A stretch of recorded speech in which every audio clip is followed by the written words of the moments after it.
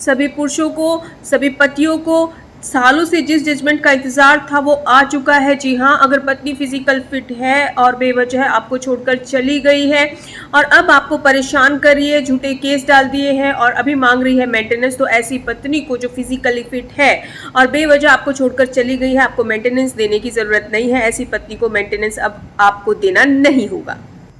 पहले सेक्शन 125 था, लेकिन अभी आ गया है BNSS 144। इसके तहत अगर पत्नी अडल्ट्री में है, सहमति से अलग हो रहे हैं या फिर बेवजह छोड़कर चली गई है और पत्नी अब मेंटेनेंस मांग रही है, तो आपको उसको देने की जरूरत नहीं है। जानते हैं केस के फैक्ट क्या थे। इस केस में 2010 में शादी होती है और उसके बाद 2014 में पत्नी जो है मेंटेनेंस का केस डाल देती है सेक्शन 125 के अंडर। लेकिन जब फैमिली कोर्ट सारे फैक्ट्स को देखता है, इसमें पत्नी ने इल्ज़ाम लगाए थे कि उससे दहेज मांगा गया है, उससे मारपीट की गई है, उसके साथ बुरा व्यवहार किया गया है और उसको मेंटेनेंस मिलना चाहिए। लेकिन जब फैक्ट देखता है फैमिली कोर्ट, तो ऐसे कोई भी सबूत जो है वो पत्नी पेश नहीं कर पाती है जिससे क्लियर हो कि जितने भी एलिगेशंस उसने लगाए हैं वो सही हैं।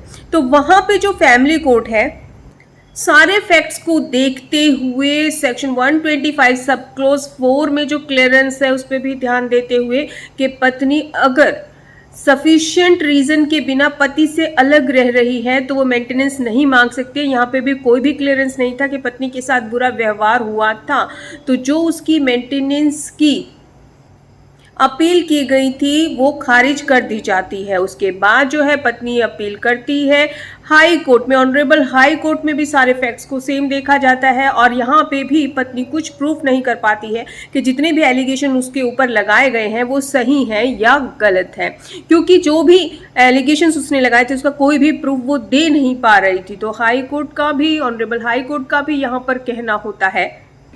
सभी फैक्ट्स को देखने के बाद सबसे पहले तो कहा जाता है कि जो पत्नी कह रही है कि 12,000 रुपये मेरा पति कमाता है, उसमें से मुझे मेंटेनेंस चाहिए, तो यहाँ पे पति 12,000 रुपये नहीं कमा रहा था, 6-7 हज़ार रुपये महीना कमा रहा था, जिसमें कि उसके माता पिता भी थे और भी फैमिली मेम्बर थे जिसकी की जिम्मेवारी उसके ऊपर थी। यहाँ पर कोर्ट ये भी देखता है कि एलिगेशन का कोई प्रूफ नहीं है। यहाँ पर ये भी देखता है कि पत्नी फिजिकली फिट है और वो खुद कमा सकती है।